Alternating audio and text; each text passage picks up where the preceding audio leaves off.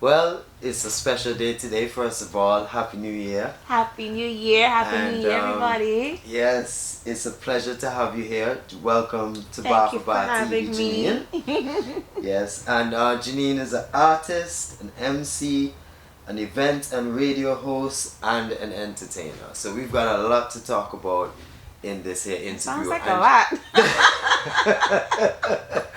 Yes, sir. And she is our first soca artist to be presented on the channel, and also our first female artist, and also our first artist for 2024. Oh, that's a lot of firsts. I like that. that. Yes. It's a special day for the channel today. So, I'd like for you to let everybody know about your background. So we're gonna start from the very beginning. So, where in Antigua did you grow up? Okay, so that's very far in terms of background. Right, so I was born in town. I'm a town girl. So Alright. I was born and lived on Popeshead Street. Okay. Not Popeshead Street, where we Right. know what we know Popeshead Street is about. Every time I tell somebody that I'm from Popeshead Street, they say, "You from Wendy's?" No.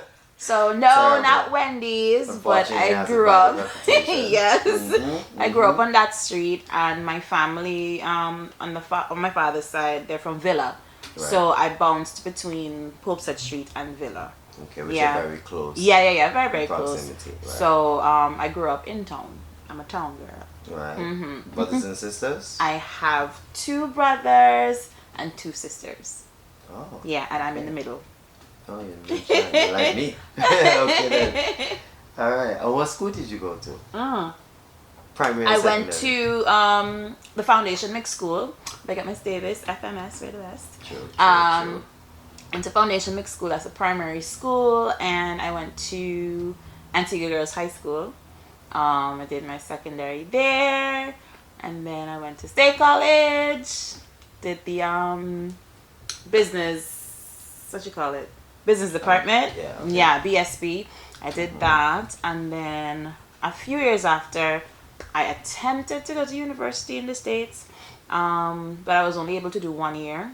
Because that shit is expensive, and I had to come back home. Yeah. But I did 1 year overseas and then came back home. Where were you? I was in New Jersey, in Bloomfield.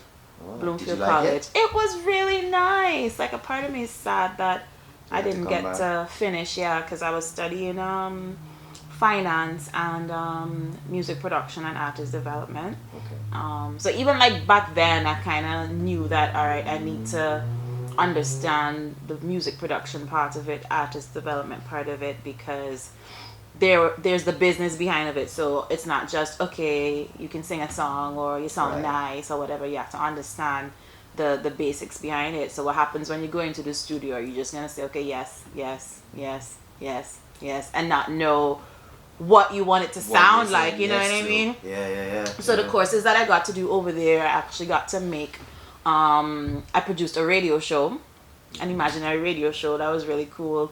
I did the commercials, so I had to learn Pro Tools.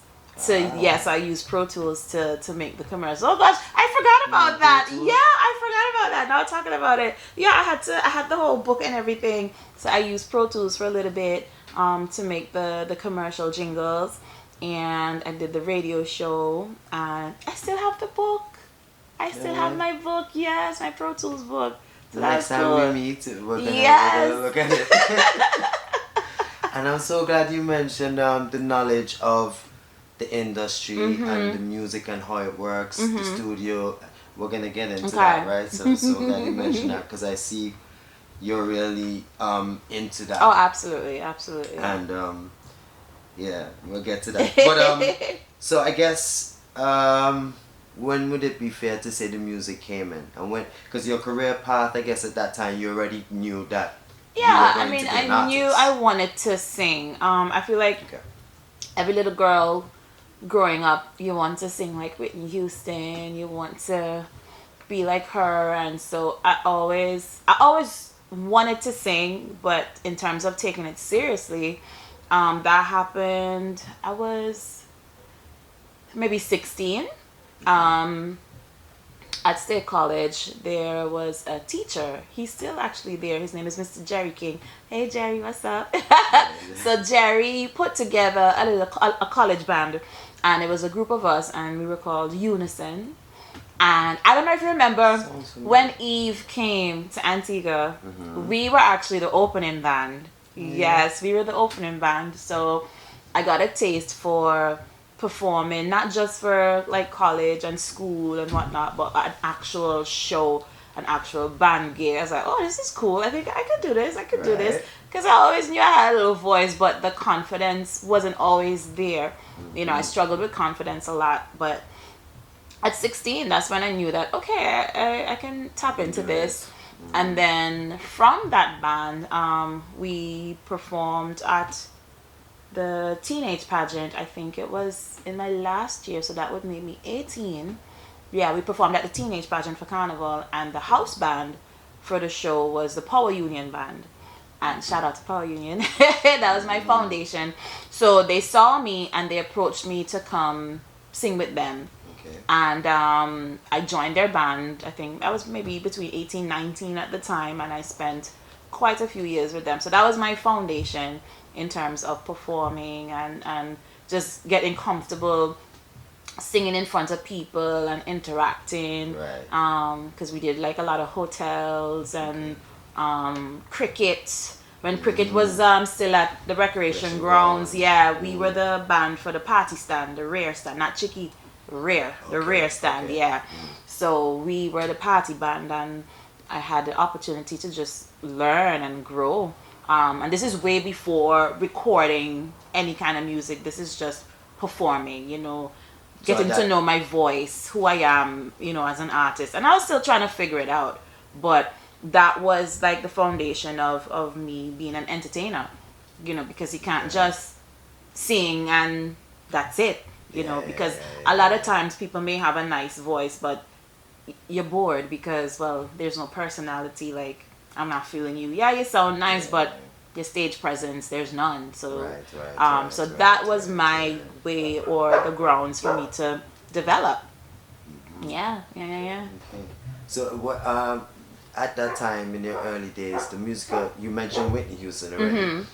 Were there any other influences? Yeah, it just depended on my mood, but voices like Whitney Houston, Shaka Khan, Patti LaBelle, Anita Baker, like that's what I was listening to. You know what I mean? Yeah. That's what I was listening to. Real so vocalist. Yeah, so I wanted to sound like that because when those women sing, you feel something. So I'm getting goosebumps just talking about it. Sure. Like you feel something when they sing, and that's what I wanted to portray too. Like, how can I sing and make the audience feel something? So that's my those are my preferences. Sounds good. So when did you record your first song? Do you remember what year it was first? So I can make the year, it might have been like my real first song, because I dabbled a bit before anything was officially released. So I think my first time in a studio was probably, I want to say, between 2007 and 9. Like I was in a studio trying to figure out, well, what am I doing? You know, I'm not a songwriter, but I tried to write a song based off of a rhythm that the engineer would have said, okay, here, I have this rhythm, try that. Right. But I think my first official completed song top to bottom was maybe in 2011 thereabout. Maybe, yeah, because because I started it before I had my son. And yes, I'm a mommy. So, and then I had my son, and then after I had him, that's when we did the first release. Now, you said that was around 2011. Was that also your first Soca Monarch entry? Yeah. Oh my goodness, yeah. So we did that. Everything's tying in together now. Yeah, so 2011, I tried my hand at the Soca Monarch here in Antigua, and it was savage. Yeah, it was a jumpy song. The concept, I still want to redo Savage. Like, honestly, the concept of the song is so good, but because of just being inexperienced, the finished product wasn't good. So great. But live, when we did the song live, you're like, wait, this is the same song to me, you know? So Gotcha. I always said, oh my, maybe I should go back and do it properly, but it just never happened. But Right. that was my first experience with a completed song, and then being in the Soca Monarch, and I think I made it to the semifinals round with that song. Yeah, in 2011. Yeah. Yes, since we've gone to the Soca Monarch performances, you've entered quite a few years. Quite a few times. Do you prefer groovy or jumpy? Back then, I would say groovy, because I guess because it was more comfortable. You know, that's your safety net. Okay. Because I mean, if you know you are a vocalist and you can sing, the challenge with doing a groovy is to not sound too. We have a thing in soca where there's a balance between sounding too pretty and selling the lyrics of a song. So you had to find, and that's where performance comes in too. You can't just sing a song pretty and okay, yeah, you get through. No, because the delivery is what makes it, what makes or break you, the delivery. So at that time, I was still trying to figure out my style in delivery. You know, I got compared to a lot of people. Sometimes I was like, oh, okay, but then sometimes I was like, but no, I don't want to be like them. You know, I got compared to Tizzy. Somebody called me, oh, chubby Tizzy. Somebody said that. I never forget it. And then somebody said to me, you remind me of a young Denise Belfort. And I was like, oh, wow, because she's an amazing performer. So I was like, okay. But then you don't want to sound like somebody. So, yeah. But I did prefer groovy. But now I would absolutely take on I'm still hoping to produce and record the ultimate jumpy track for me, you know, because now I know how to deliver a jumpy track. I'm not intimidated by it.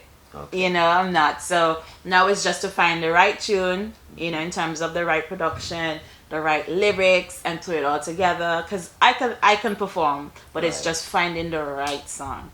Yeah. I agree. Sure. That's important. Yeah. That's important.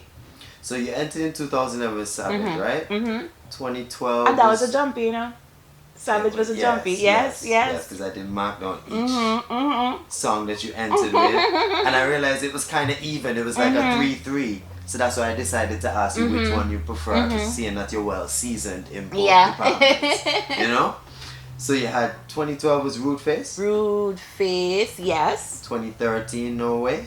And then there was a little break. A break, yeah. So why was that? I got pregnant. Oh, okay. But no, you see, looking back, I wish I didn't take a break.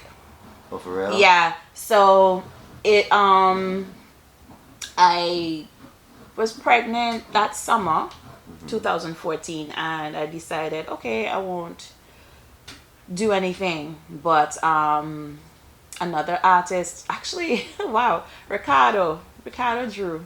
Rest in peace. Such a great fellow. I remember it was an event at Fry's Beach, and he said to me, what happened to the music this year? Because we had that relationship. Like, I was always a fan. Like, from day one, I was always a fan, and we always used to bounce off of each other. And he asked me, what happened to the music this year? I said, you know, I'm going to have a baby, so I'm going to just take a break. He said, nah, man, you should still do a song. Even if you don't complete, you should still do a song. Okay. You know, because what you want to do is stay in the rotation. Like, don't give people an opportunity to forget you. Yeah, true, you know, true. So it didn't work out that I got to do a song that year.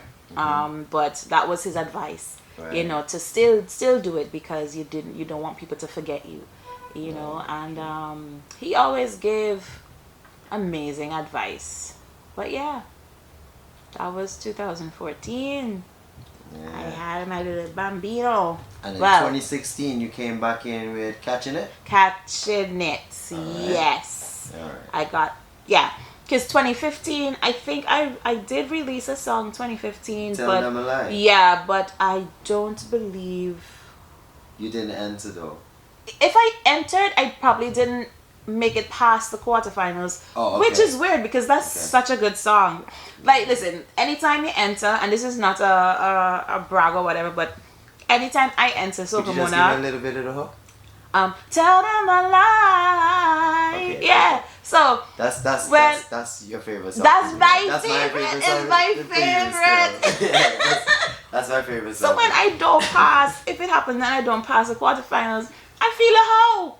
I feel a hoe.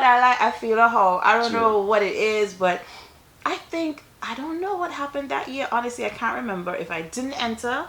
And if I did enter, I just didn't make it past the quarterfinals. Which don't make sense because that's such a good song. True. I agree. Yeah. Now, to go back just a little bit, Rude Face was produced by Herbert Joseph, correct? No, Rude Face. Boy, that was a special song that wasn't supposed to happen that happened. Okay. So. I see on the production... There's a Javier Jarvis. Is there any relation? That's my brother. Okay. So my brother Javier, he's a drummer. He used to drum with T and Winter and Iconic. And I believe he went to grammar school. Yeah. I'm just making sure. Yeah. Same one. Okay. Same one. But Rude Face happened. I went to Trinidad that year. It's so funny. I have a colleague, a friend in Trinidad, who is colleagues with the late Shadow, his sons. So they wanted to work with an Antiguan artist and, you know, just to get their names outside of Trinidad, working with other artists. So it ended up being me. So when I went to Trinidad for that weekend, we were working on another song. And we were finished. I think it was, I wish it was miles all over the world. I think it was that one. And we were finished with that one. And then Shalon, he says to me, yeah, you feeling to do a groovy? I can't do a Trini accent. He said, you feeling to do a groovy? Right. I was like, yeah, I don't mind. No, mind you now, I was only there for the weekend to do the one song. So we're in the studio nighttime and I'm flying out the next day. So I was like, okay, no problem. So he said, all right, take a nap. We'll wake you up when it's ready. When I woke up, no, I'm in the studio napping. When I woke up, the song was done. The pan man was there doing his thing. The bassist was there putting down the bass line. And they were playing what they already did. I think most of the song was already written. And I'm like, wait, what? And it became something that it wasn't planned, but the finished product, it's actually one of my most requested songs when I play out because I hardly sing it anymore. I don't know why, but when I don't sing it, people say, well, I'm to Rude Bass, you know. So shout out to Charlene and Spicy from Trinidad and the whole team down there, because that was an amazing experience to see something to happen so organic like how it happened. It was just so random, and everybody coming together and putting the pieces together, and yeah. Good stuff.